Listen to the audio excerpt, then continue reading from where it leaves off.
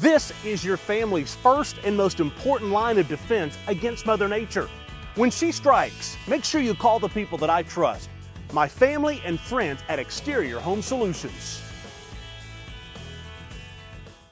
He's Grant Ramey. I'm Rob Lewis. This is the Exterior Home Solutions Fast Break live from the floor. Quickly disappearing Williams, not Williams-Brice. Colonial Live Arena, pulling it up as we speak. We're gonna have to hurry, man. Grant, there's not a thing of beauty, but man, what a gritty effort from Tennessee with everything on the line tonight in hostile territory. I think it's a game that championship teams win. You have to win those kind of games to win a title, like Tennessee did tonight. You have to get that 26-point performance from Dalton Knecht and hitting those big shots when he hit them. To kind of give Tennessee some separation and to quiet some runs, and you just got to find a way to win on the road. I think Tennessee's been thinking about this game probably for the last 5 weeks since Carolina won in Knoxville and played the way they did, and Tennessee played the way it did.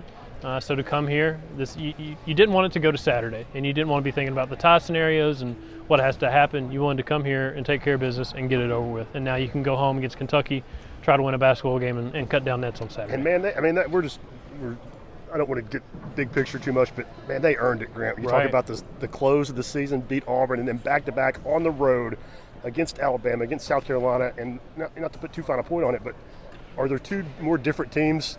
No. In America, I mean, certainly not in the SEC, but maybe not in the country. I think it just really shows Tennessee's versatility to win the last two games the way they have. To go to score 90, whatever it was against Auburn, 92, to go to Alabama and hold Alabama to 74, and then to come down here and win a 60 to whatever to 50, whatever. A rock fight. Right, kind of game. Fight. And hitting big shots when you had to hit big shots and getting answers when you had to get answers, even though it got down to 3-4 point game there in the final minute. 60 to 50, is it 59-56 or 60-57? I can't remember. Then Jonas hit the front end. I mean, it didn't make them both, but that was a huge free throw. And I went into this 2-week stretch thinking 2-2 wouldn't be the end of the world because it's 4 quad one games, it's 2 road games.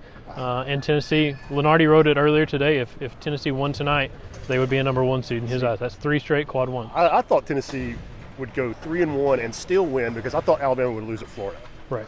And I thought Tennessee would lose at Bama, win here tonight, but go 3-1 in those last 4. So I mean, again, they have not backed into anything. And Grant, you mentioned hitting big shots, but golly, I mean, Dalton has been more efficient and he's been more productive, but I don't know that he's hit more big shots in a game than he did in the second half. It was Carolina hit a 3, Arena starts getting loud, he goes down, hits a 3. Carolina hits a 3, he goes down, hits a 3. Then he hits 3 in 4 possessions to take a 2-point game to an 11-point game. At the end of the first half, he hit 3 3-pointers in 3 minutes and 28 seconds, and it just changed everything. Then he hits the corner 3 down on this end and gets fouled and looks down and starts counting his fingers before a 4-point play. And then late in the game, he hit another mid-range kind of jumper, and he kind of silenced the crowd a little bit because they were getting into it. That was a huge sequence. I mean, his 4-point play kind of capped it, but South Carolina had cut it to 40-34 early in the second. I mean, and this place was going nuts. And Rick took a timeout right there, which he hates to do. Yes, hates to do. And then, Zakai draws a foul, hits 2 free throws. It's an 8-point game, and then you get the connect 4,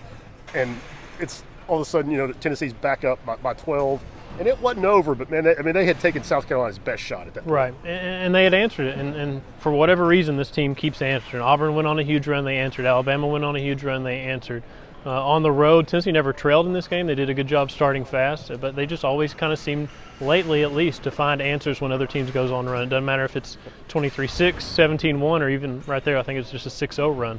And this is oversimplifying, but man, I think it's so much about being old, about being mature. Yes. And Santi and Josiah. Grant, if I told you in November that Tennessee was going to play for a championship in the first week in March, Santi and Josiah were not going to make a shot from the field in that game.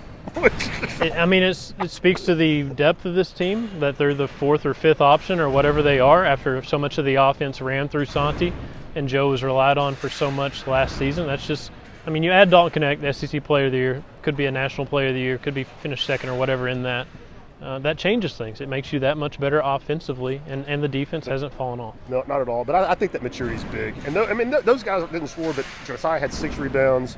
Santi had 5 rebounds, 2 steals, a couple of assists, and they were perfect at the foul line. Right. Combined 8 I think Santi was a +9. I don't know if plus minus is a +8. Plus so 8. Josiah ended up plus. They were both, I think, +8. Which is pretty good. I mean, just the way this and in you a 7-point game. And you talk to him after the game. What Rick say? What did the players say? Got more work to do. Got other stuff to win.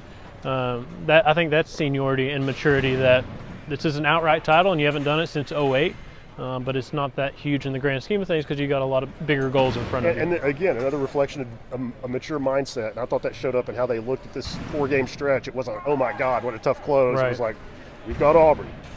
Now we've got Bama. Now we've got South Carolina. I mean, it's a cliche, but it really is. It's one game at a time with these guys. And I just think that's a byproduct of being old and being through so much together. It's a really good mindset to have in March when it is winning, 3 2-game tournaments, basically, what you're trying to do. Exactly. So, I mean, a great night for Tennessee basketball. Clinch it on the road against, the team you're basically, competing for the trophy. And they take it. I mean, technically, Grant, I guess they could cut down the nets before the game on Saturday. Sure, John Calipari would love watching that pregame. Absolutely. He's Grant Ramey. I'm Rob Lewis. That's it from Columbia, South Carolina tonight. Plenty of coverage coming up all night on Volquest.com.